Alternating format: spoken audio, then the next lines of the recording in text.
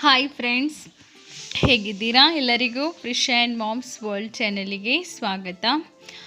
ಹಾಗೆ ನಾನು ನೆನ್ನೆ ವಿಡಿಯೋದಲ್ಲಿ ಹೇಳಿರುವ ಹಾಗೆ ಬೇಬಿ ಕಾರ್ನಲ್ಲಿ ಒಂದು ರೆಸಿಪಿಯನ್ನು ಮಾಡ್ತಾ ಇದ್ದೀನಿ. ಹಾಗೆ ತುಂಬಾ ಟೇಸ್ಟಿಯಾಗಿರುತ್ತೆ, ಹಾಗೆ ತುಂಬ ಈಸಿಯಾಗಿ ಮಾಡ್ಬೋದು ಈ ರೆಸಿಪಿಯನ್ನು. ಹಾಗೆ ನನ್ನ ಈ ವಿಡಿಯೋವನ್ನು ಕೊನೆಯವರೆಗೆ ಸ್ಕಿಪ್ ಮಾಡದೆ ನೋಡಿ.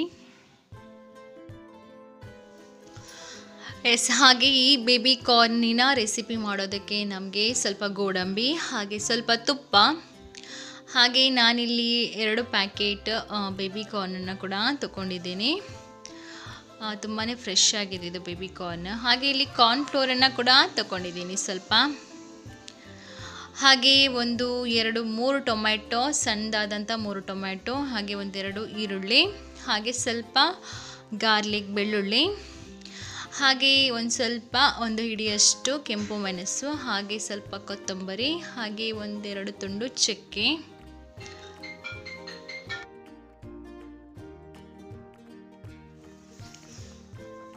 ಹಾಗೆ ಇದರ ಜೊತೆಗೆ ಸ್ವಲ್ಪ ತೆಂಗಿನ ತುರಿಯನ್ನು ಕೂಡ ಯೂಸ್ ಮಾಡಿದ್ದೀನಿ ನಾನು.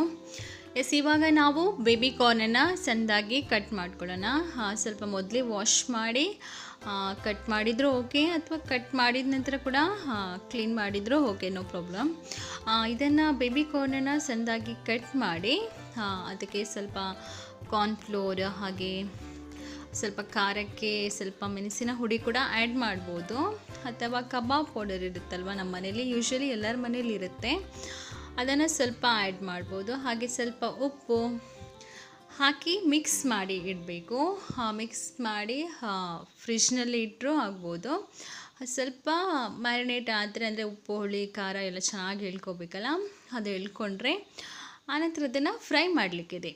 ಇದು ಬೇಬಿ ಕಾರ್ನನ್ನು ಫ್ರೈ ಮಾಡಿದ್ರೇ ತಿನ್ನಲಿಕ್ಕೆ ಸ್ವಲ್ಪ ಟೇಸ್ಟಿ ಆಗುತ್ತೆ. ಇಲ್ಲದಿದ್ದರೆ ನಾವು ನಾರ್ಮಲಿ ಪದಾರ್ಥ ಮಾಡೋ ರೀತಿ ಇದನ್ನು ಪದಾರ್ಥ ಮಾಡಿದರೆ ಅಷ್ಟೊಂದು ಚೆನ್ನಾಗಿ ಆಗೋದಿಲ್ಲ ತಿನ್ನೋದಕ್ಕೆ.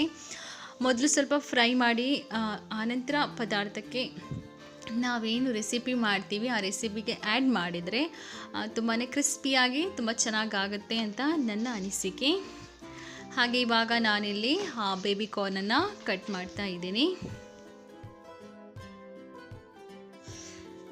ಇವಾಗ ಬೇಬಿ ಕಾರ್ನ್ ಕಟ್ ಮಾಡಿ ಆಯಿತು. ಇವಾಗ ಅದನ್ನು ಮ್ಯಾರಿನೇಟ್ ಮಾಡಿ ಫ್ರಿಜ್ಜಲ್ಲಿ ಸ್ವಲ್ಪ ಹೊತ್ತು ಇಡುವ, ಯಾಕಂದರೆ ನಮಗೆ ಫ್ರೈ ಮಾಡಲಿಕ್ಕಿದೆ ಅಲ್ವಾ. ಇವಾಗ ಇಲ್ಲಿ ನಾನು ಆಲ್ರೆಡಿ ಹೇಳಿರುವ ಹಾಗೆ ಕಾರ್ನ್ ಫ್ಲೋರ್, ಹಾಗೆ ಸ್ವಲ್ಪ ಅರಿಶಿನ, ಹಾಗೆ ಮೆಣಸಿನ ಹುಡಿ, ಹಾಗೆ ಸ್ವಲ್ಪ ಕಬಾಬ್ ಪೌಡರ್, ಹಾಗೆ ಕಲ್ಲುಪ್ಪನ್ನು ಸ್ವಲ್ಪ ನೀರು ಮಾಡಿ ಅದರ ನೀರನ್ನು ಆ್ಯಡ್ ಮಾಡ್ತಾ ಇದ್ದೀನಿ. ಹಾಗೆ ಇವಾಗ ಅದನ್ನು ಚೆನ್ನಾಗಿ ಮಿಕ್ಸ್ ಮಾಡಿ ಸ್ವಲ್ಪ ಹೊತ್ತು ಫ್ರಿಜ್ಜಲ್ಲಿ ಇಟ್ಟು ಬಿಡುವ.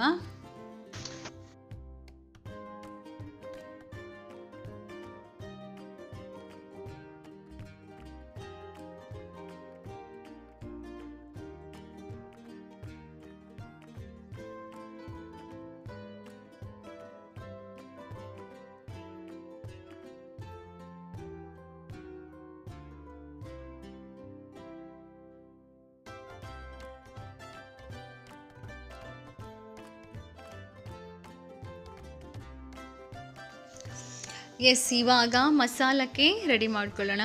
ಇಲ್ಲಿ ನಾನು ಇವಾಗ ಆವಾಗಲೇ ಹೇಳಿರುವ ಹಾಗೆ 3 ಟೊಮೆಟೊವನ್ನು ಕಟ್ ಮಾಡಿ ಇಟ್ಕೊಂಡಿದ್ದೀನಿ, ಹಾಗೆ 2 ಈರುಳ್ಳಿ, ಹಾಗೆ ನಾನಿಲ್ಲಿ 1 ಕಾಯಿ ಮೆಣಸನ್ನು ಕೂಡ ಯೂಸ್ ಮಾಡಿದ್ದೀನಿ, ಹಾಗೆ ಸ್ವಲ್ಪ ಬೆಳ್ಳುಳ್ಳಿ, ಕಾಯಿ ಮೆಣಸು, ಈರುಳ್ಳಿಯನ್ನು ಚೆನ್ನಾಗಿ ಆಯಿಲಲ್ಲಿ ಫ್ರೈ ಮಾಡೋಣ.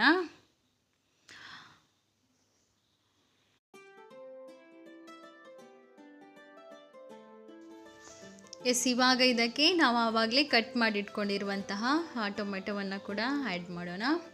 ಇವಾಗ ಚೆನ್ನಾಗಿ ಫ್ರೈ ಆಗಬೇಕು.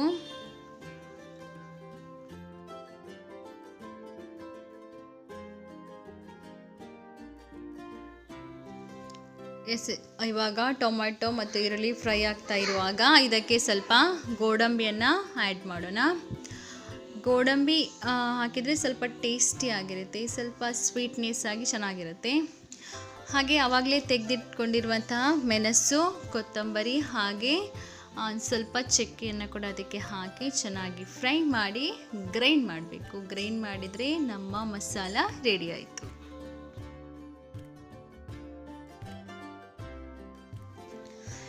ಎಸ್, ಇವಾಗ ಆಲ್ರೆಡಿ ನಾವು ಮ್ಯಾರಿನೇಟ್ ಮಾಡಿ ಇಟ್ಕೊಂಡಿರುವಂತಹ ಬೇಬಿ ಕಾರ್ನನ್ನು ಸ್ವಲ್ಪ ಎಣ್ಣೆ ಬಿಸಿ ಮಾಡಲಿಕ್ಕೆ ಇಟ್ಟು ಆ ಎಣ್ಣೆಯಲ್ಲಿ ಫ್ರೈ ಮಾಡಿದರೆ ಆಯಿತು.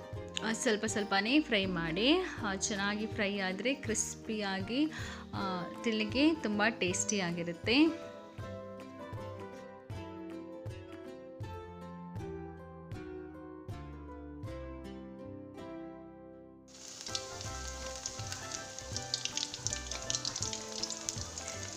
ಎಸ್, ಫೈನಲಿ ಇಲ್ಲಿ ನೋಡಿ ನಮ್ಮ ಬೇಬಿ ಕಾರ್ನ್ ಫ್ರೈ ಆಗ್ತಾ ಇದೆ. ಎಸ್, ಫ್ರೈ ಆದ ನಂತರ ಅಂತೂ ತುಂಬಾ ಟೇಸ್ಟಿಯಾಗಿತ್ತು, ತಿನ್ನಲಿಕ್ಕೆ ಕ್ರಿಸ್ಪಿಯಾಗಿ ಹಾಗೇ ತಿನ್ಬೋದು, ಅಷ್ಟು ಟೇಸ್ಟಿಯಾಗಿತ್ತು ನಿಜವಾಗ್ಲೂ. ಎಸ್, ನಿಮಗೆ ನೋಡಿದ್ರೇ ಗೊತ್ತಾಗ್ಬೋದು ಇದು ಎಷ್ಟು ಕ್ರಿಸ್ಪಿ ಆಗಿದೆ ಅಂತೇಳಿ. ಹಾಗೆ ಇವಾಗ ಇದು ಫ್ರೈ ಆದ ನಂತರ ಇದನ್ನು ನಾವು ಆಲ್ರೆಡಿ ಆವಾಗಲೇ ರೆಡಿ ಮಾಡಿ ಇಟ್ಕೊಂಡಿರುವಂಥ ಮಸಾಲ ಪದಾರ್ಥ ಇದಲ್ವ, ಅದನ್ನೊಂದು ಪಾತ್ರೆಗೆ ಹಾಕಿ ಕುದಿಲಿಕ್ಕಿಡಿ. ನಾನೇನು ಜಾಸ್ತಿ ಆಯಿಲೇನು ಯೂಸ್ ಮಾಡ್ತಾಯಿಲ್ಲ, ಕುದಿಯುವಾಗ ಸ್ವಲ್ಪ ತುಪ್ಪವನ್ನು ಆ್ಯಡ್ ಮಾಡಿದ್ದೀನಿ ಅಷ್ಟೇ. ಇವಾಗ ಅದಕ್ಕೆ ಫ್ರೈ ಆಗಿರುವಂಥ ಬೇಬಿ ಕಾರ್ನನ್ನು ಹಾಕಿ ಅದರ ಕೊನೆಯಲ್ಲಿ ಸ್ವಲ್ಪ ಕೊತ್ತಂಬರಿ ಸೊಪ್ಪನ್ನು ಉದುರಿಸಿದ್ರೆ ನಮ್ಮ ಟೇಸ್ಟಿಯಾದ ಬೇಬಿ ಕಾರ್ನ್ ರೆಸಿಪಿ ರೆಡಿ ಆಯಿತು. ಹಾಗೆ ಈ ವಿಡಿಯೋವನ್ನು ನಾನು ಇಲ್ಲಿಗೆ ಎಂಡ್ ಮಾಡ್ತಾ ಇದ್ದೀನಿ. ನನ್ನ ಇವತ್ತಿನ ಈ ವಿಡಿಯೋ ನಿಮಗೆ ಇಷ್ಟ ಆಗಿದ್ದಲ್ಲಿ ಒಂದು ಲೈಕ್ ಕೊಡಿ, ಹಾಗೆ ಶೇರ್ ಮಾಡಿ. Thank you.